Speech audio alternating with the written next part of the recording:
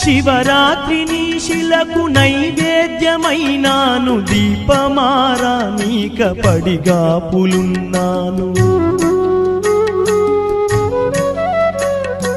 కళ్ళల్లో వేకువా దీవెననుకున్నాను, కడుపులో పేగును కోస్తవనుకోలేదు. నీ ఆజ్ఞలేనిదే ఈశ్వరా, చిన్న జీవైన ఆజ్ఞలేనిదే ఈశ్వరా, చిన్న జీవైన కుట్టదుర శంకరా.